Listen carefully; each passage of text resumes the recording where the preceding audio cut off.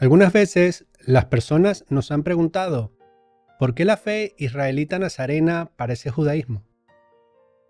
Esta es una buena pregunta, y la respuesta corta es porque Yeshua nació en una familia judía, lo cual debería servir para que algunas personas dejen de temerle al parecido de Israel nazareno con el judaísmo, y comprendan que debe ser algo natural en aquellos que siguen a Yeshua.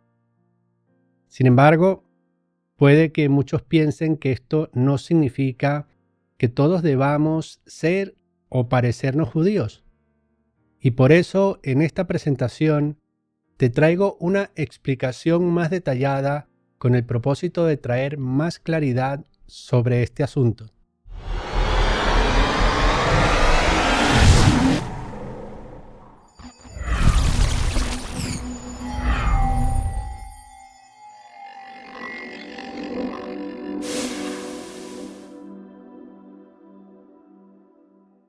Shalom y bienvenido. Antes de comenzar con el estudio, me parece oportuno explicar que habiendo finalizado el ciclo de las Parashot la semana pasada, nos vimos en la necesidad de comenzar esta nueva etapa presentando diferentes estudios enfocados en temas específicos, profundizando en la comprensión y la aplicación de estos temas en nuestras vidas. Habiendo hecho esta breve explicación, ahora sí, vamos a comenzar con el tema de esta presentación. En el libro Israel Nazareno mostramos cómo la nación de Israel se dividió en dos reinos después del reinado del rey Salomón. Las 10 tribus del norte formaron el reino del norte, también conocido como la casa de Efraín. Este reino fue llevado a la dispersión por los asirios alrededor del año 732 antes de la era común, y fue profetizado que comenzarían a regresar al pacto después de unos 2730 años de cautiverio espiritual. Este tiempo de castigo finalizó alrededor del año 1998 de nuestra era. Por esta razón, alrededor de esta fecha, se inició el movimiento de las raíces hebreas, también conocido como movimiento mesiánico, o como el movimiento de las dos casas de Israel, entre otros. A partir de estos movimientos, el Padre ha comenzado a llamar a un remanente que ha entendido que nuestro propósito consiste en algo más que comer kosher, reposar en Shabbat y celebrar las fiestas de Yahweh. El llamado de las Escrituras es a formar una nación propia, libre de toda levadura doctrinal que contamina la vida de los verdaderos discípulos, por lo cual surgió Israel Nazareno. Además del reino del norte, también había un reino del sur, conocido como el reino de Judá. Este reino es la nación de la cual descienden los judíos de hoy. En el libro El gobierno de la Torá y en otros lugares, explicamos que los judíos fueron llevados cautivos a Babilonia alrededor del año 586 antes de la era común. Sin embargo, el cautiverio de Judá fue diferente, y Judá tiene una historia diferente que debemos entender para comprender a Yeshua. Yahweh, por medio de Moshe, le dio al pueblo de Israel la Torá como un contrato de boda. Esta Torá le dice a la gente que apoye a los sacerdotes levíticos llevando sus diezmos y ofrendas al templo 3 veces al año. Sin embargo, debido a que no había un templo en Babilonia, las personas no tenían un lugar para llevar sus diezmos y ofrendas, por lo que la orden levítica pronto colapsó. Sin el liderazgo levítico, la gente pronto comenzó a asimilarse en la cultura babilónica y comenzó a perder su identidad como judíos. Y para detener este desgaste, los grandes hombres de la época necesitaban establecer una nueva base de autoridad que no dependiera del sacerdocio levítico, y específicamente que no dependiera de la existencia de un templo para reunir los diezmos y ofrendas. Mientras que solía entenderse que la Torá había sido entregada a Moshe, que los levitas tenían el deber sagrado de enseñarla y practicarla sin hacer ningún cambio, los rabís comenzaron a enseñar que Yahweh les había dado a ellos la autoridad de establecer su propia ley de la Torá para cada generación. Con esto, los rabinos ya no dependían de un templo y podían decirle a la gente que siguieran pagando los diezmos y las ofrendas aún sin haber templo. Y así lo hicieron.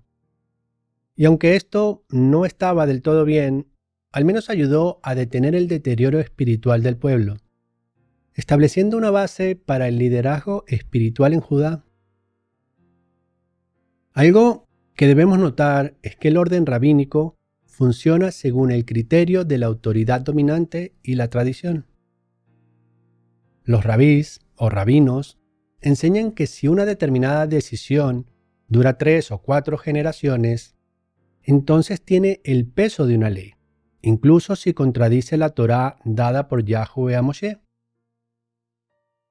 Con el pasar del tiempo, ha habido muchos cambios y alteraciones por esta tradición, y fueron estos cambios y alteraciones a la Torá a lo que Yeshua se opuso con tanta vehemencia.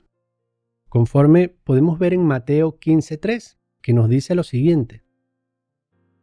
Respondiendo él, Yeshua, les dijo, ¿por qué también ustedes quebrantan el mandamiento de Elohim por vuestra tradición?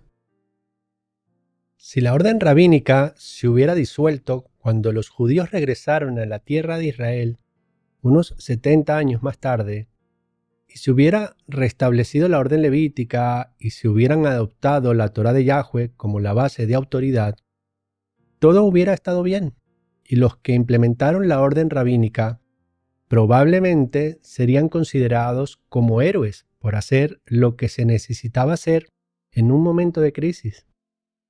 Sin embargo, por alguna razón, la orden rabínica no se disolvió y continuaron enseñando que tenían la autoridad para establecer tradiciones y preceptos legales que reemplazan a la Torá de Yahweh, según sus opiniones.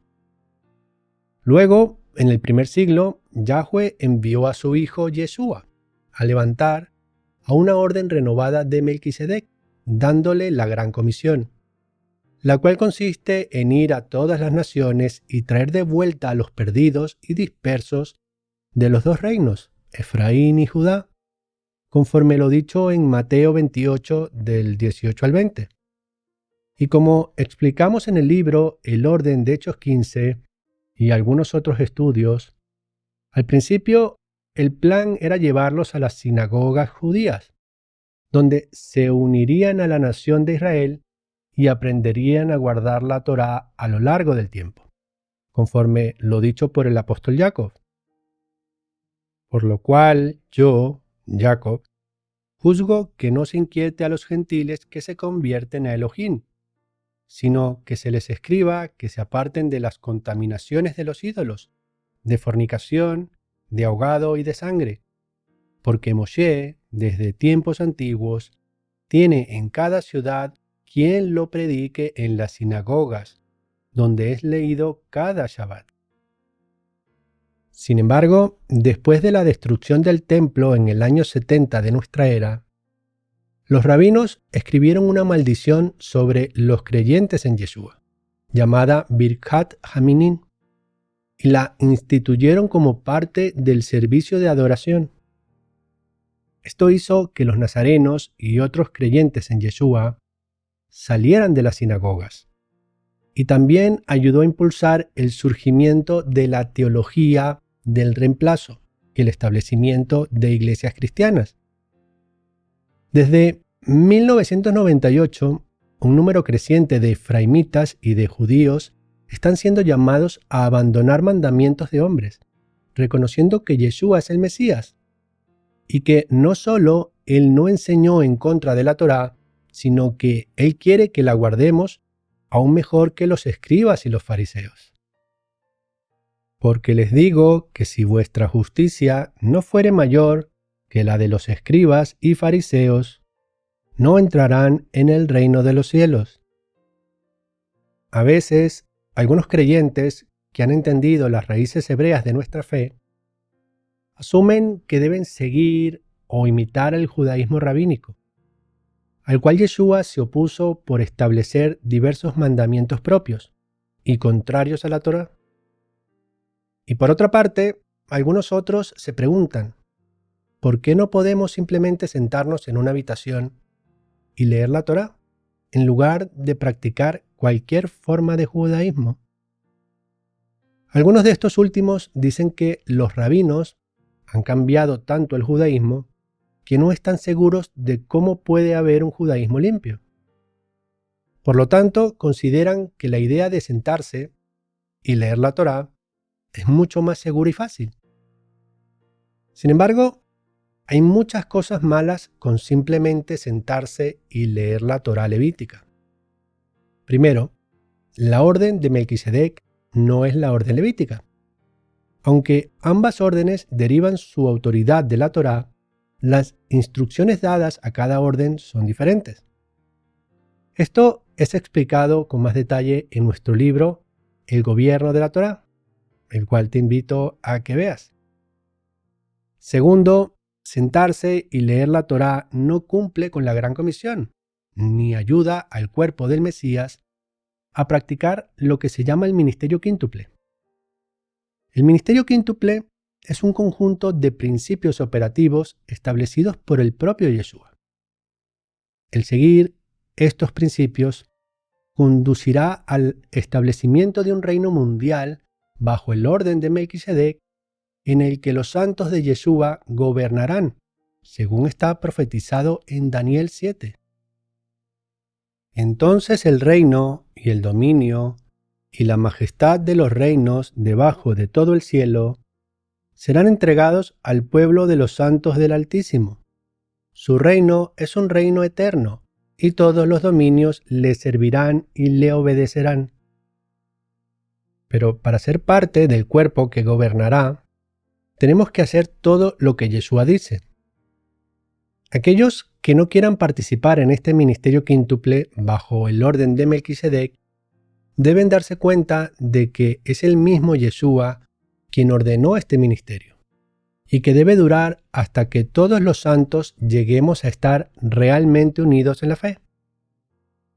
Y él mismo, Yeshua, constituyó a unos apóstoles, a otros profetas, a otros evangelistas, a otros pastores y maestros, con el fin de equipar a los santos para la obra del ministerio, para la edificación del cuerpo del Mesías, hasta que todos lleguemos a la unidad de la fe y del conocimiento del Hijo de Elohim, a un varón perfecto, a la medida de la estatura de la plenitud del Mesías. Esto requiere que todos los fieles de Yeshua operen de acuerdo con algunos principios y protocolos muy específicos.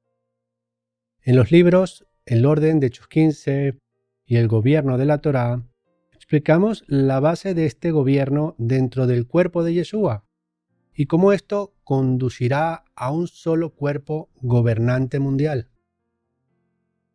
Reunirse en una habitación para leer la Torá levítica, formando grupos de estudio independientes, no contribuye a cumplir con estas tareas y por lo tanto se puede considerar desobediencia a la voluntad de Yeshua.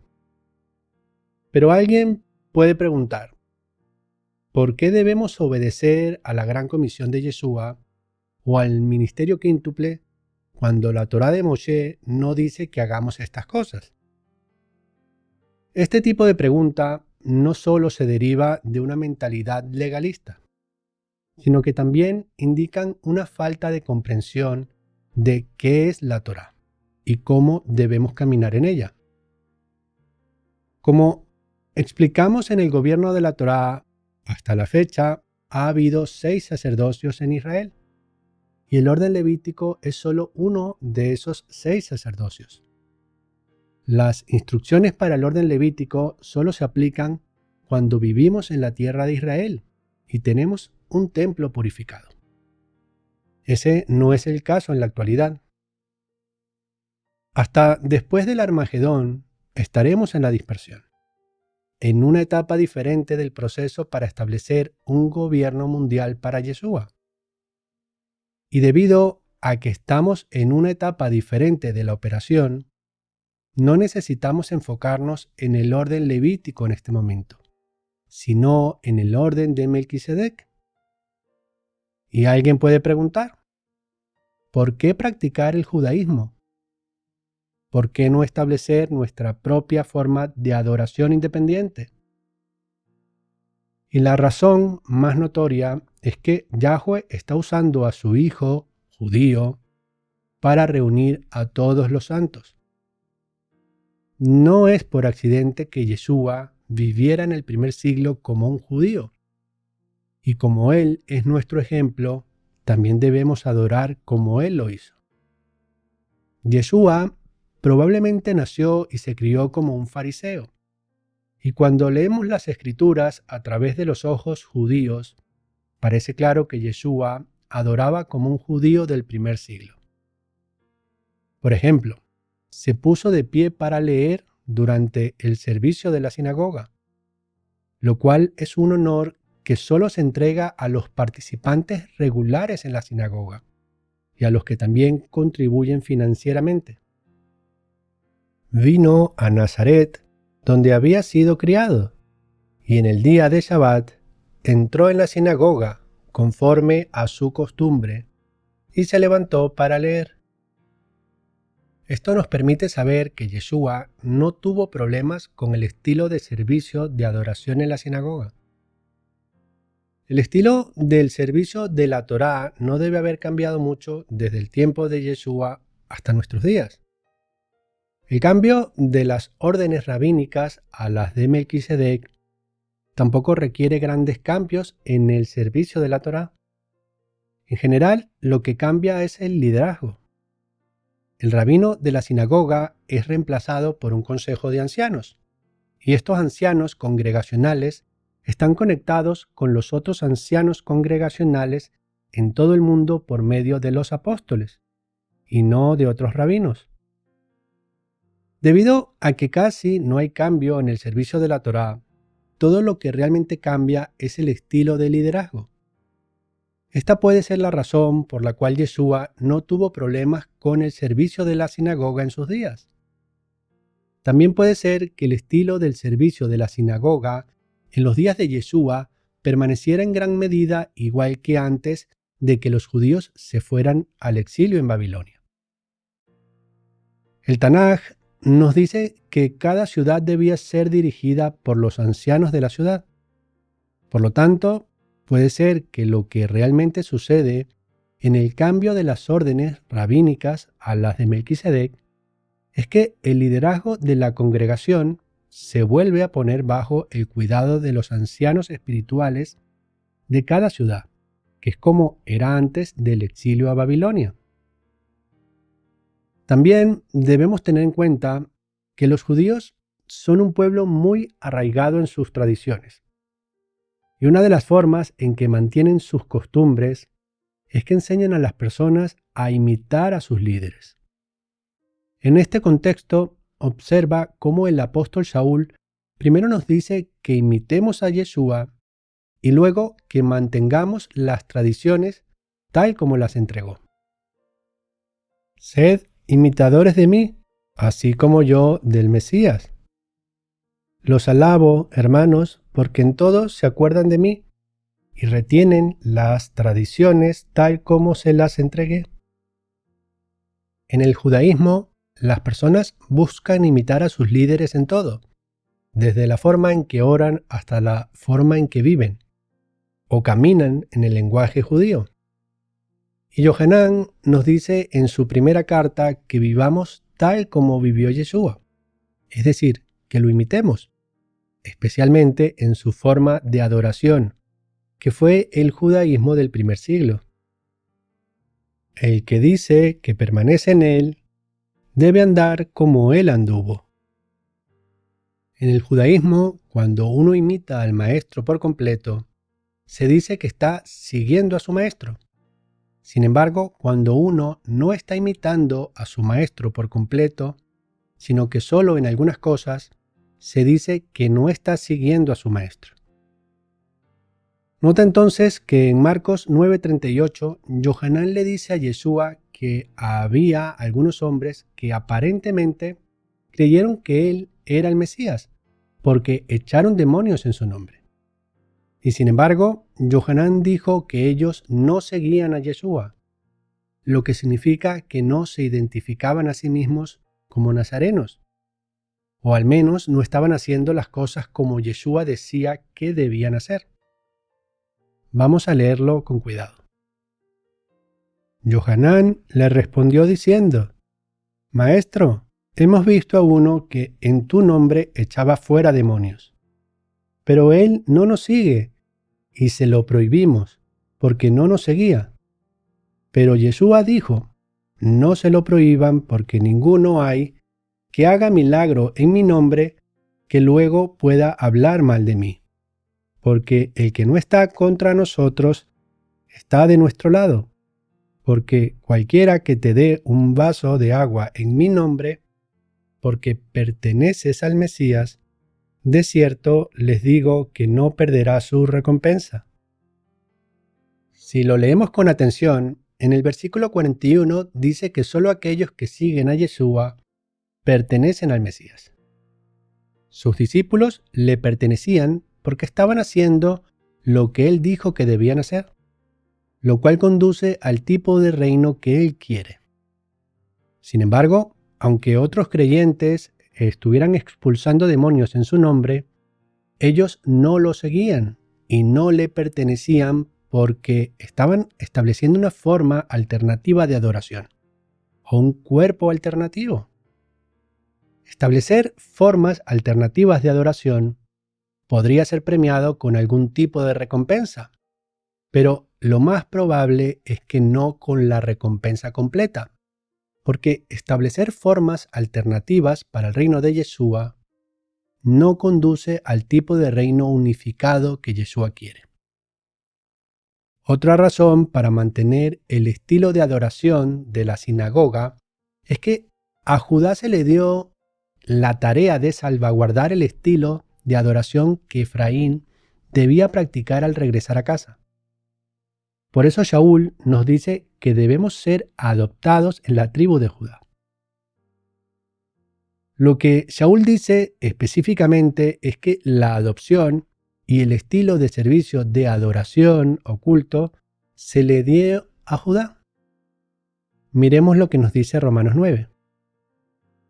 La verdad digo en el Mesías, no miento, y mi conciencia me da testimonio en el Espíritu Santo, que tengo gran tristeza y continuo dolor en mi corazón, porque desearía yo mismo ser anatema, separado del Mesías, por amor a mis hermanos, los que son mis parientes según la carne, que son israelitas a quienes pertenecen la adopción, la gloria, el pacto, la entrega de la Torá, el culto y las promesas. Esto significa que el trabajo de Judá era mantener el estilo de adoración que se supone que debemos practicar. También significa que cuando nos injertamos en Yeshua, aunque somos efraimitas, también somos injertados en Judá. Esto no significa que nos injertemos en la Judá ortodoxa o rabínica, sino que nos injertamos en la Judá nazarena, cuya raíz es Yeshua.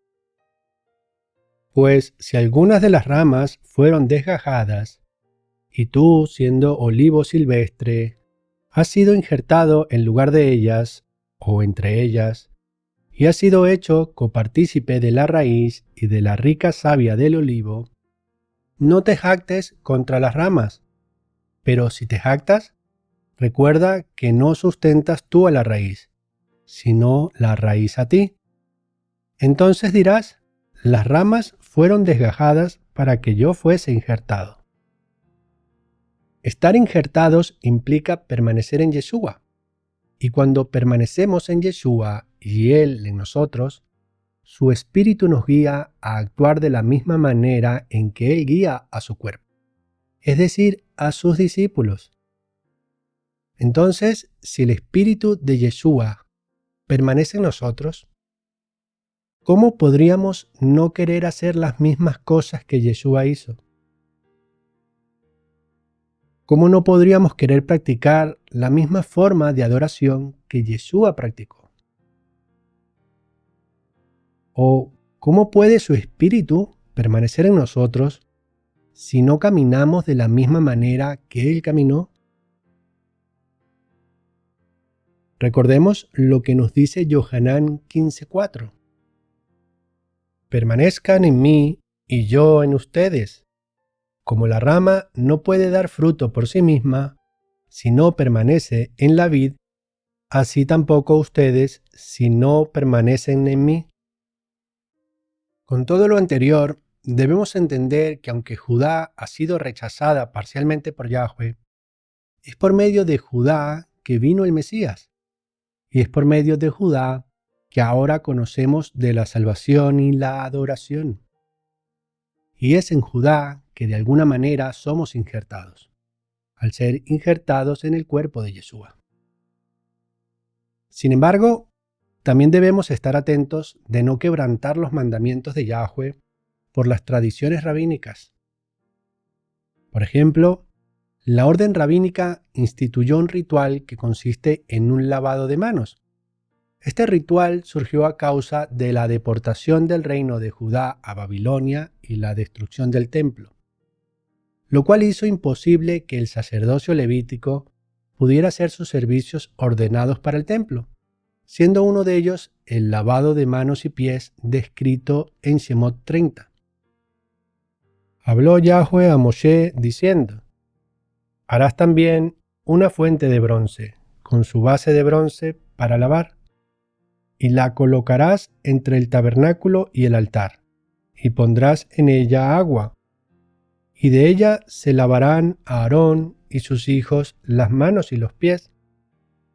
Cuando entren en el tabernáculo se lavarán con agua, para que no mueran, y cuando se acerquen al altar para ministrar, para quemar la ofrenda encendida para Yahweh, se lavarán las manos y los pies, para que no mueran, y lo tendrán por estatuto perpetuo, él y su descendencia por sus generaciones.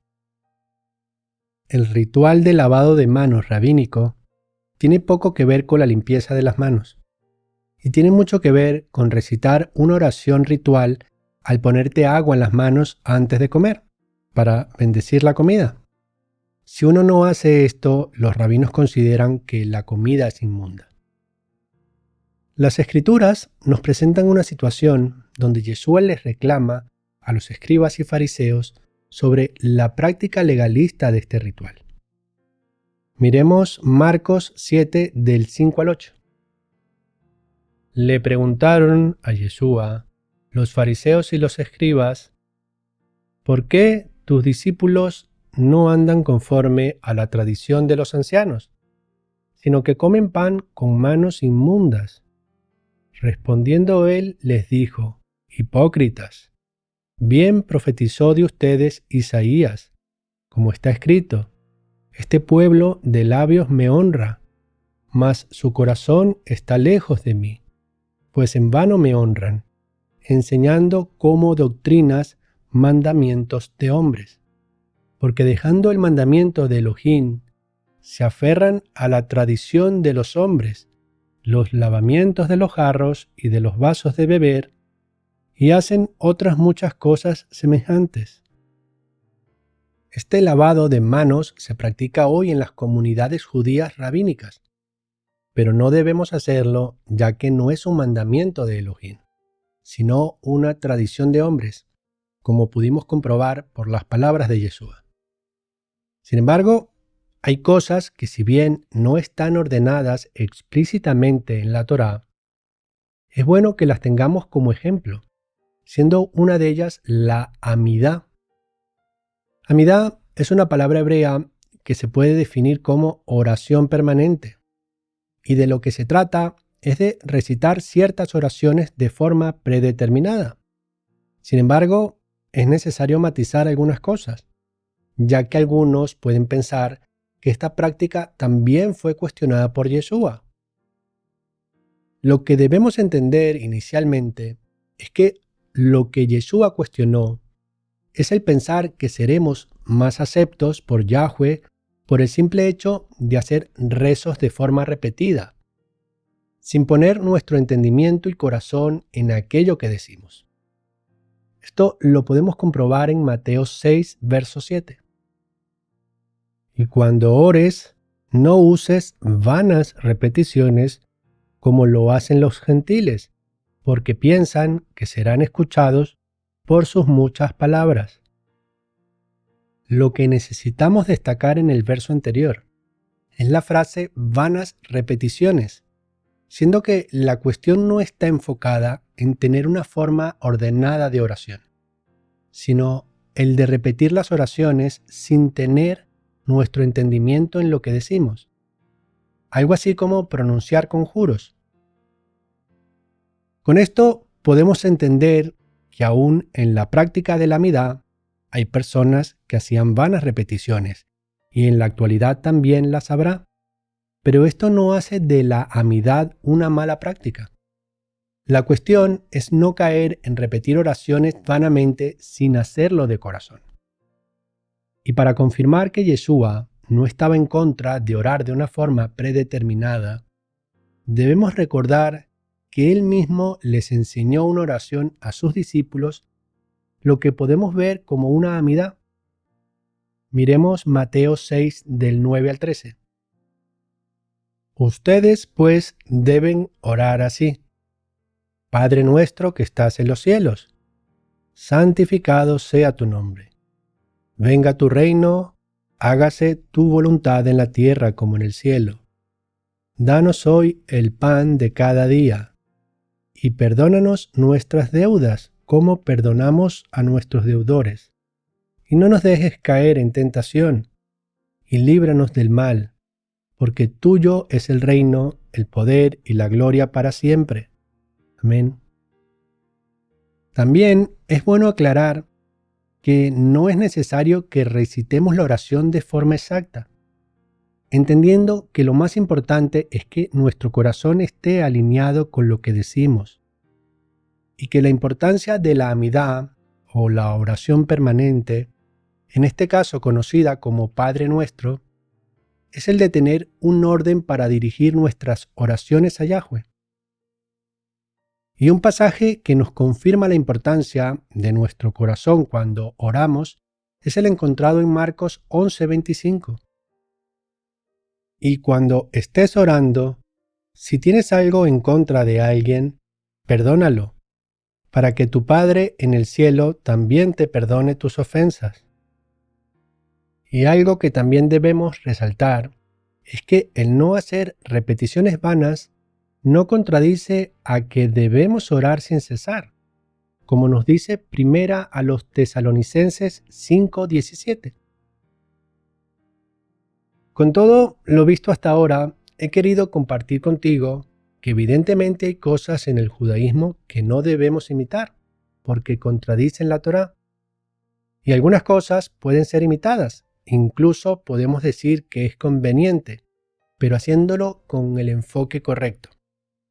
Y al mismo tiempo, es importante entender que debemos dejar el pensamiento greco-romano-babilónico de la Iglesia, siendo que estos pensamientos provienen de espíritus que promueven de manera muy sutil el misticismo, la idolatría y el libertinaje.